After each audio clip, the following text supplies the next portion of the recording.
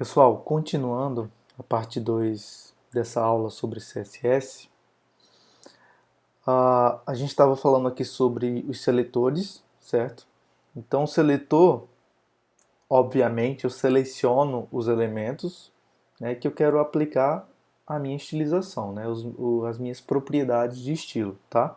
Então, a sintaxe é muito simples, né? Então, é o nome do seletor, certo? Com algumas regras, né? Dependendo se é uma classe, um ID, enfim, como a gente já comentou em slides anteriores, certo? A gente deu esse exemplo aqui, né? Na primeira parte. E aqui só para ficar mais claro, por exemplo, quando eu faço assim, ó, ponto .text, o que eu estou falando? Eu estou dizendo que isso aqui é uma classe, certo? E qualquer elemento HTML que eu coloque o atributo class pode ser estilizado por essa classe aqui. Se eu colocar, por exemplo, um A na frente, a.text, essa classe text ela só pode ser usada em elementos A, certo? Se eu colocar apenas a tag A, eu defino um padrão para todas as tags A sem classe. Né? Eu já tinha comentado também um pouco nos slides anteriores, mas aqui fica registrado. Né? A gente tem seletores encadeados ou agrupados, certo? Um seletor encadeado é o seguinte: quando eu tenho várias seleções,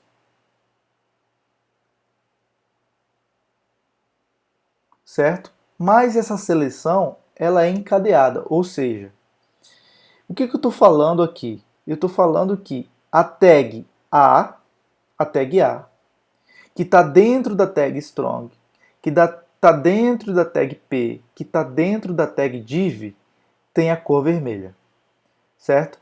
Então, apenas a tag A, que está dentro dessa cadeia aqui, vai receber a cor vermelha, certo? Qualquer tag A que não tiver dentro dessa estrutura não vai receber o estilo, certo? Por outro lado, se eu tenho um seletor agrupado, né, eu tenho seleções aqui que são agrupadas. Eu agrupo elas colocando uma vírgula. O que eu estou falando aqui? Ó? Já não é encadeado. Perceba que aqui eu agrupo todas essas seleções para receber o mesmo estilo. Ó, a tag strong, todas as tags strong, todas as tags em, todas as tags spam recebem cor vermelha, certo? Então, eu separo por vírgula, agrupo esses elementos que herdam a mesma formatação, as mesmas características. Tudo bem? E algo que é importante da gente falar é que as regras do CSS elas são simples. A sintaxe é muito simples, o jeito de definir é muito simples, porém, boa parte da inteligência do CSS está em você saber usar os seletores de uma maneira eficaz, escalável e inteligente. Ou seja, para que isso seja reutilizável, para que esse código possa ser escalável, né, para ter um bom proveito, eu preciso pensar bem como que eu vou fazer os meus seletores, como que eu vou aplicar o estilo, certo? Então, a sintaxe é muito simples, mas a forma como você agrupa, a forma como você encadeia esses elementos, esses estilos, né? Como o próprio nome já sugere, é uma folha de estilo em cascata, né? Então, conforme você faz esses agrupamentos de estilo, você vai, se você fizer isso bem feito, você vai melhorar a reutilização desse seu código, né? E consequentemente, seu software vai ser um software escalável e tudo mais, certo? A gente tem uma tag no CSS, essa tag é chamada spam. Essa tag ela é específica para aplicação de CSS, ou seja, se eu usar essa tag visualmente, ela não vai ter nenhum efeito, nenhuma formatação definida. Diferentemente da tag H1, da tag parágrafo, algumas tags do HTML, por mais que eu não defina nenhum CSS para ela, o browser tem um padrão para renderizar ela.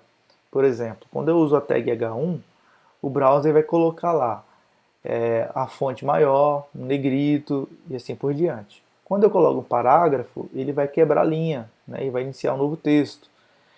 Essa tag spam ela não tem nenhuma formatação pré-definida. Se eu colocar um texto dentro dela e não colocar nenhuma formatação, não vai mudar nada, né, visualmente. Então, essa tag foi feita especificamente para a gente colocar código CSS dentro dela, para a gente estilizar trechos do nosso código, certo? Então, basicamente, a gente usa ela e adiciona o atributo class, e aí define uma class ou um ID para estilizar esse elemento. Substitui, por exemplo, essa tag que existia no HTML aqui, ó, fonte, para definir tipografia. Certo? Aqui é um exemplo de uso. Ó. Se eu quiser que esse texto fique vermelho, basta eu usar a tag spam, colocar uma class red e lá no CSS definir essa classe. Como que eu integro o CSS com HTML? Como que eu faço isso? Eu posso fazer isso de duas formas. Eu posso abrir uma tag chamada style dentro do HTML e ali mesmo definir a formatação do meu estilo, certo? Então, é muito simples de fazer isso. Tem um exemplo aqui, ó. Então, dentro da tag head, certo? Dentro da tag head, eu posso abrir uma tag chamada style e dentro dessa tag, olha lá, eu abro um código CSS. Eu defino minhas classes, meus IDs e tudo mais. É uma forma de fazer, certo? É correto fazer isso, porém não é recomendável. Então, a título de do nosso escopo da disciplina aqui, nós vamos recomendar estritamente que todo o nosso código CSS esteja separado em um arquivo .css, tá? Então isso aqui não é proibido, mas não é também aconselhável. Eventualmente a gente vai precisar fazer isso aqui, certo? Mas não é aconselhável. Então o recomendado é a gente fazer o seguinte: incluir um arquivo CSS usando essa tag aqui, ó, essa tag de link. Então eu coloco que esse link é relacionado a um style sheet do tipo type text CSS, linkando o arquivo CSS. Esse arquivo CSS aqui, ele é relativo, esse caminho, né? Ele é relativo ao arquivo HTML. Certo? Então eu vou colocar o path, né, o caminho do arquivo mesmo relativo ao documento HTML. Se o CSS estiver numa pasta, num diretório anterior, na árvore de diretórios, eu vou colocar aqui eu faria assim, ponto, barra, né, se tiver um outro, ponto, barra e o path. Certo? Se tiver dentro de algum diretório, eu vou colocando diretório, barra, até o arquivo CSS. Isso aqui pode ser também uma URL, certo? Pode ser uma URL. Se esse meu arquivo de CSS está remoto na web, eu posso colocar uma URL que ele vai reconhecer também. Tá bom? Tá aqui um exemplo, ó. na tag head eu coloco um link, que eu faço o link para o meu arquivo CSS. Aí meu arquivo CSS vai conter, né, a minha formatação de estilo, tá? Então agora eu vou falar um pouco sobre algumas propriedades do CSS, pessoal. É claro que a gente não vai falar sobre todas as propriedades, porque são muitas, né? São inúmeras propriedades aí.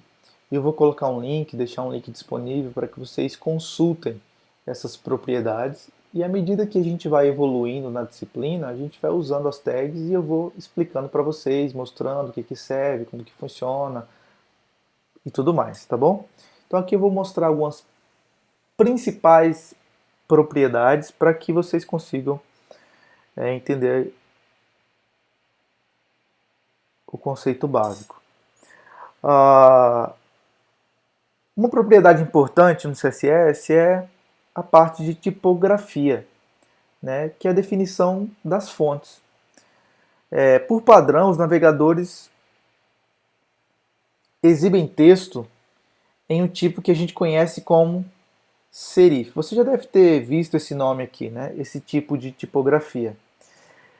As fontes mais conhecidas desse tipo de família, né, dessa família de fontes, é a Times, né, e a Times New Roman, que é a mais comum aí, que todo mundo já viu essa fonte. Essas fontes, elas são da família serif, certo?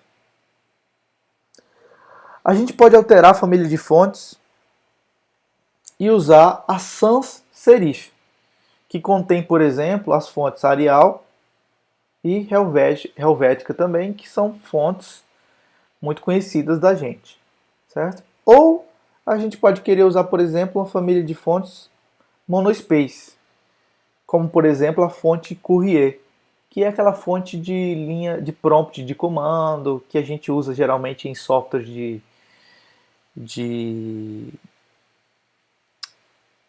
para a gente programar, né, IDEs e tudo mais. Então aquela linha, aquelas fontes do tipo monospace, por exemplo, Courier de bloco de notas e tudo mais, certo? Como que eu defino a tipografia? Eu defino uma propriedade chamada font family, certo? Eu posso definir apenas a família, serif, e aí o browser vai pegar qualquer fonte disponível no computador dessa família serif. Eu posso colocar assim também, ó, Arial, Helvética, sans serif, ou seja, ele vai procurar primeiro a Arial. Se ele não achar, vai procurar Helvética. Se ele não achar, vai procurar qualquer fonte dessa família aqui para renderizar. Perfeito? A gente tem algumas propriedades de alinhamento e decoração de texto no CSS, certo? Para alinhamento de texto, a gente tem a propriedade text align. Olha lá. Então, se eu quiser alinhar um texto à direita, eu coloco isso aqui, ó, text align, o valor right. Eu posso usar o valor left, center e justify. Left, esquerda, center vai centralizar, justify, ele vai justificar o texto, né? Ele vai justificar, igualar o texto ali nas bordas, certo? A gente consegue também configurar uma série de espaçamentos do texto, né, com CSS. Por exemplo, a altura de cada linha, né, o tamanho do espaço entre cada letra, o espaço entre cada palavra e a margem da primeira palavra de um parágrafo, né? Tipo aquele tab, né, do primeiro parágrafo, de cada parágrafo, a gente pode definir aqui, ó, text ident, ele vai dar uma margem aí na primeira linha de um parágrafo, certo? A gente tem uma propriedade de imagem de fundo no CSS, né? Que é a propriedade background image, que a gente consegue colocar uma imagem, né? Para ser exibido no fundo do elemento. Então é muito simples, né? Então se eu quiser colocar, por exemplo, uma imagem de fundo em uma tag H1 de título, eu coloco aqui, ó, background image dois pontos e a URL, certo? Geralmente, nos sites, essa tag aqui H1 ele é usada para colocar logo do site ou da empresa lá em cima, né? No topo da página do lado esquerdo ali. Geralmente é feito assim, eles colocam a tag H1 e colocam uma imagem de background, né? E colocam no fundo o título, né, da empresa e assim por diante.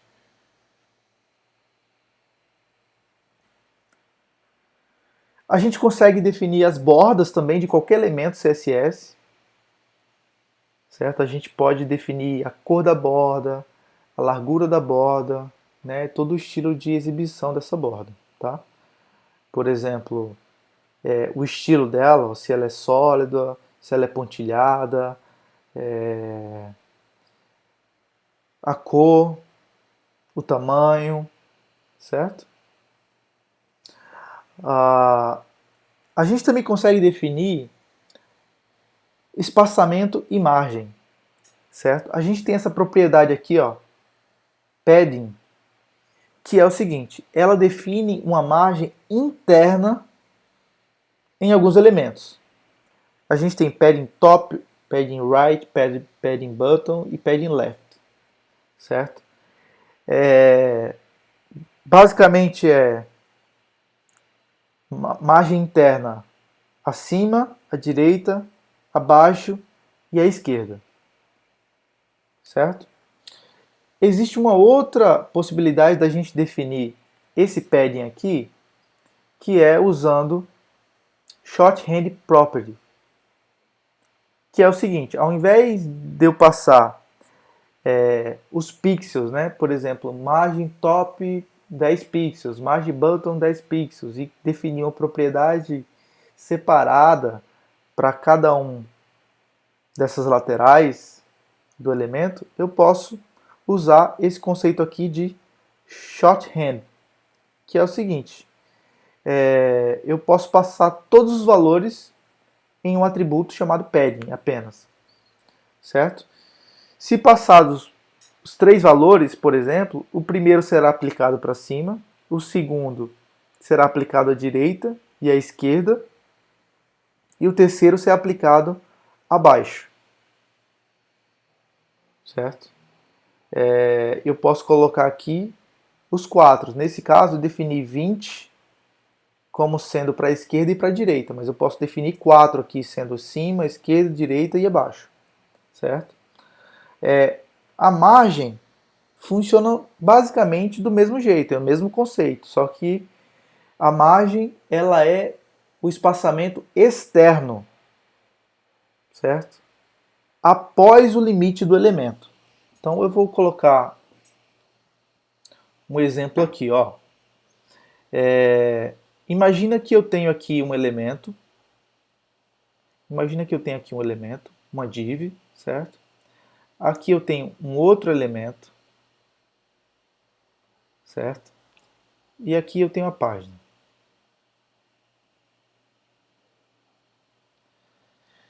Então, pessoal, vamos supor que eu estou colocando uma margem para esse elemento aqui. Eu quero colocar uma margem para esse elemento. Quando eu defino uma margem, por exemplo, de 10 pixels para as laterais desse elemento, eu estou definindo uma margem com relação a esse objeto que está por fora. Então, eu estou definindo essa margem aqui, ó. Margem. Certo? Porém, se eu não quiser definir essa margem desse elemento para esse, e quiser definir um espaçamento interno, ou seja, um padding, eu posso ter o mesmo efeito, só que muda-se o conceito. Agora, eu tenho um padding desse cara aqui, ó, desse cara aqui para esse. Então eu posso definir um padding que vai ser a mesma distância, só que inverso. Certo? É a distância desse para esse, interna. É o espaçamento interno desse cara, ou seja, a partir de quantos pixels eu posso ter um elemento interno a esse? Eu defino o padding, certo? Voltando, se eu definir a margem, é quantos pixels eu posso ter um elemento após esse cara aqui, para fora, ó. Então, padding interno, margem externo. Visualmente, pode ser que eu tenha o mesmo efeito visual, mas o conceito é esse, tá bom, pessoal? Aqui é só um exemplo daquilo que eu falei. Além da margem e do padding, eu tenho também a largura da borda, certo? Que entra também nesse cálculo. Eu tenho uma propriedade chamada display no CSS, que basicamente eu tenho dois valores, block e inline, certo? Elementos em blocos são aqueles que ocupam toda a largura do documento, tanto antes quanto depois dele. Um bom exemplo é a tag H1. Quando eu coloco a tag H1, ele ocupa toda a linha, ele não deixa eu colocar nada do lado, ele quebra a linha, ele ocupa todo o espaço da largura do documento. Mas eu posso também definir que essa tag H1 ela vai ser inline. Por default, ela é block. Se eu não definir nada de CSS, ela vai ser block. Mas eu posso falar, cara, eu quero que essa H1 seja inline. Então eu defino um atributo, né, uma propriedade display, e coloco o valor como inline. O que vai fazer? Eu vou poder colocar ao lado desse título, dessa H1, outros elementos.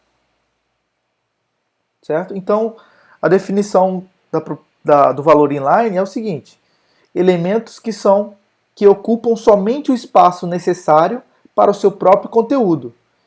Sendo assim, eu permito que outros elementos em linha possam ser renderizados logo na sequência.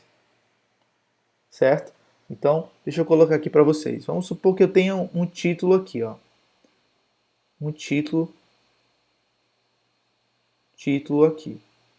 Certo? Se o display desse título, se o display desse título for block, quando eu colocar um parágrafo aqui, ou um outro título, ou por exemplo um H2, que é um subtítulo, ele vai vir para cá. Subtítulo. Se a propriedade dele for block, ele vai quebrar essa linha, certo? Mas, se eu colocar esse atributo display para inline, tanto no H1 quanto no H2, eu vou conseguir fazer isso aqui, ó, título, por exemplo, barra subtítulo. Vocês entenderam? Então é assim. É muito legal essa propriedade, porque a gente usa geralmente com a tag UL, né? Um outro exemplo de display block é a tag UL-LI. O L é uma lista não ordenada. LI são os itens da lista, certo? Por padrão, o LI é block, ou seja, item é separado por linha. Cada item uma linha, cada item uma linha. Mas se eu quiser, por exemplo, um menu horizontal, onde eu tenho lista, um menu nada mais é do que uma lista de itens. Mas se eu quiser um menu horizontal, como que eu faço? Eu tenho que mudar essa propriedade de display dessa tag LI. Então eu falo o seguinte, LI, você vai receber o display inline. Então eu consigo colocar vários LIs, um do lado do outro, certo? Alterando essa propriedade display. Um outro elemento muito importante também no CSS é o elemento position, certo? Eu posso posicionar um elemento na página, usando as propriedades top, left, bottom e right, certo? Porém, essas propriedades por padrão não são obedecidas por nenhum elemento, pois elas dependem de outra propriedade, que é a position, certo? Então eu tenho elementos que são eles top, left, bottom, right, mas ele só pode funcionar com outra propriedade, que é o position, propriedade position, certo? Essa propriedade position, ela assume 4 valores, ou ela é static, ou ela é relative, ou ela é absolute, ou ela é fixed, certo? Então, vamos lá, uma por uma. O static é padrão para todos os elementos. Então, qualquer elemento do HTML, por padrão, ele tem a posição static, certo? Um elemento na posição static permanece sempre em seu local original no documento. Onde eu colocar ele, ele vai ficar. É aquele que o navegador entende como sendo sua posição de renderização, certo? Não adianta eu colocar um posicionamento manual. Por exemplo, left, right, top, bottom. Não, ele não aceita se for um elemento estático, certo? Eu tenho a position, com valor relative, que é o seguinte. Por padrão, ele será renderizado da mesma maneira que o static. Porém, ele recebe agora um posicionamento manual. Agora, se eu definir a posição como relative, eu consigo definir topo, margem esquerda, direita, margem inferior e assim por diante. Certo? Detalhe.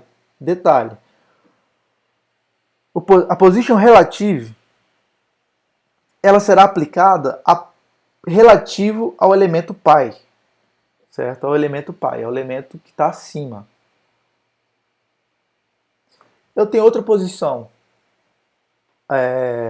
absolute, certo? Qual que é a diferença dela para relative? Ela, obrigatoriamente, precisa de um posicionamento vertical e horizontal. É obrigatório, certo?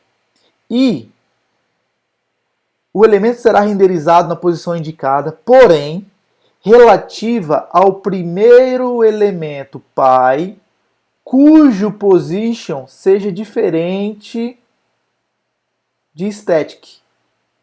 Ou seja, ou se não existir pi relativa à página.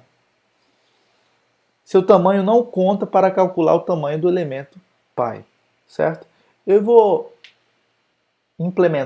fazer algumas implementações práticas para ficar mais claro para vocês, certo?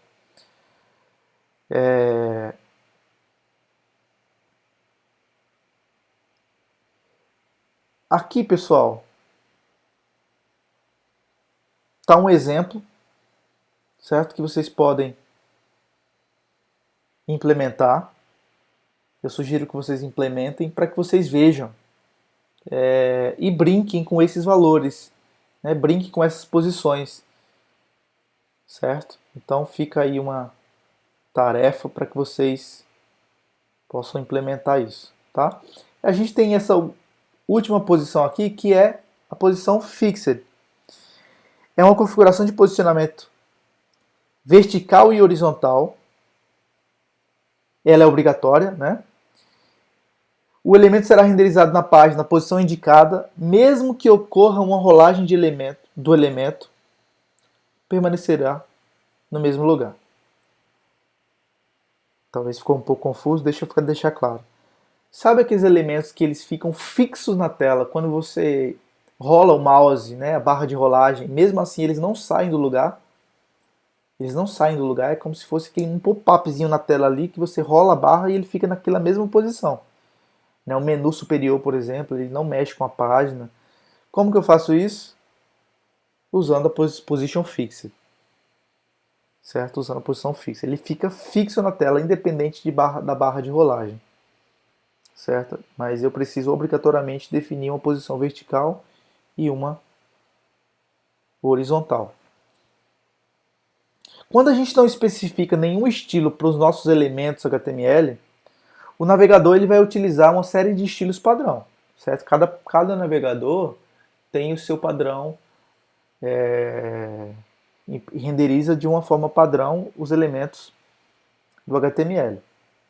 Para evitar esse tipo de interferência, alguns desenvolvedores e empresas criaram alguns estilos que chamamos de CSS Reset, que a intenção é setar um valor básico para todas as características do CSS, sobrescrevendo totalmente os estilos padrão do navegador.